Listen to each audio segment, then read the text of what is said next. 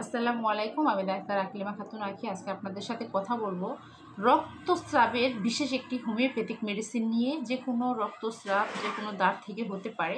সেই রক্তস্রাব বন্ধ করার জন্য হোমিওপ্যাথিতে কী ধরনের ওষুধ আছে, সেগুলো কোনটা খুবই কার্যকরী, কোনটা হালকা কার্যকরী, সেই নিয়ে আজকে সম্পূর্ণ ভিডিওটি থাকছে। বিশেষ করে একটি মেডিসিন নিয়ে আমি পূর্ণাঙ্গ ভিডিওটি সাজিয়েছি। সম্পূর্ণ ভিডিওটি আশা করি সবাই দেখবেন। তো হোমিও হল ইউটিউব চ্যানেলটি সাবস্ক্রাইব করে পাশে থাকবেন। তো হোমিও হল এটি আমার ফেসবুক পেজ রয়েছে, ভিজিট করে আসবেন। আজকে যে হোমিওপ্যাথিক মেডিসিনটির কথা বলতে চাচ্ছি, সেই মেডিসিনটি হচ্ছে হেমামিলিস মাদার টিংচার। হেমামিলিস মাদার টিংচার এটি একটি হোমিওপ্যাথিক মেডিসিন। এই মেডিসিনটি বিশেষ বিশেষ রক্তস্রাবের জন্য খুবই উপযোগী। বিশেষ করে অর্শ, মাসিক ঋতুস্রাবের প্রবলেম এবং হচ্ছে শরীরের যে কোনো ছিদ্র পথ হতে কালচে বর্ণের রক্তস্রাব, সেই সাথে রক্তস্রাব হওয়ার যে স্থান, সেই স্থানটিতে কাটা ফোটার ন্যায় টাটানি যুক্ত ব্যথা, এটি হচ্ছে আজকের মেন টপিক। সেটা হলো হেমামিলিস মাদার টিংচার। এই মেডিসিনটির লক্ষণ কাটা ফুটার ন্যায় টাটানিযুক্ত ব্যথা, ক্ষত, সেখান থেকে রক্তস্রাব, হতে পারে নাক, হতে পারে কান, হতে পারে মুখমণ্ডল, হতে পারে আপনার জননেন্দ্রিয়, হতে পারে প্রস্রাবধার, হতে পারে মাসিকের সময়, মাসিকের সাথে এই ধরনের সমস্যা, হতে পারে আপনার অর্শ থেকে এই ধরনের রক্তস্রাব।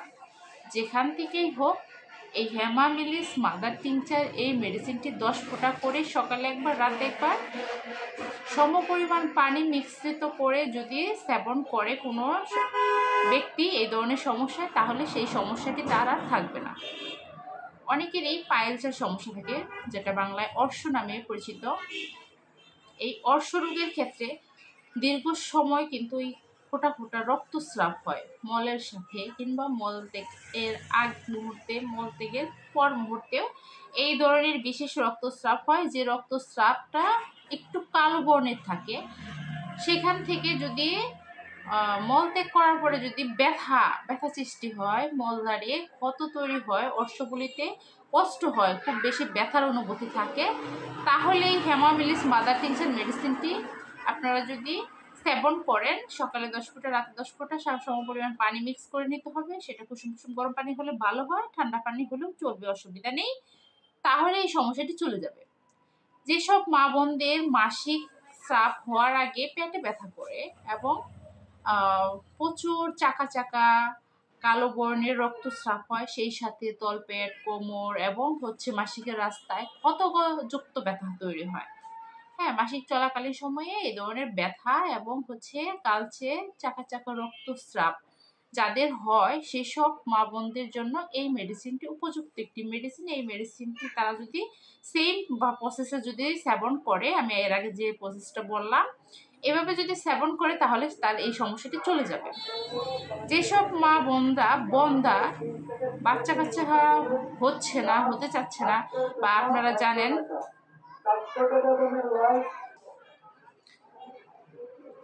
যেসব মা বোনদের বাদক বেদনা আছে, আপনারা জানেন অনেকেই যে হোমিওপ্যাথিতে এই ধরনের রোগের ট্রিটমেন্ট করা হয়, বা অন্যান্য প্যাথি থেকে অনেক ধরনের চিকিৎসা মানুষ নিয়ে থাকে। যাদের বাদক বেদনা রয়েছে, এই সমস্যাটি রয়েছে, তাদের কিন্তু অনেক ক্ষেত্রে বাচ্চা কল্পতে অনেক বাধা থাকে, এবং এই বাদকের কারণে মাসিকের গণ্ডগোল থাকে, মাসিক ঠিক মতো হয় না, ব্লিডিং হয় না, যদিও হয় তার থেকে ব্যথাটাই বেশি থাকে, এবং সেই ব্যথার জন্য এই কালো বর্ণের রক্তস্রাব থাকে, সাথে ব্যথার জন্য সব কাজকর্মে ব্যাঘাত ঘটে, এবং হচ্ছে রুগী খুবই অস্থির থাকে, সহ্য করার মতো থাকে না। অনেকেই গড়াগড়ি করেন ব্যথা বেদনার জন্য, বিভিন্ন ধরনের মেডিসিন ব্যবহার করেন।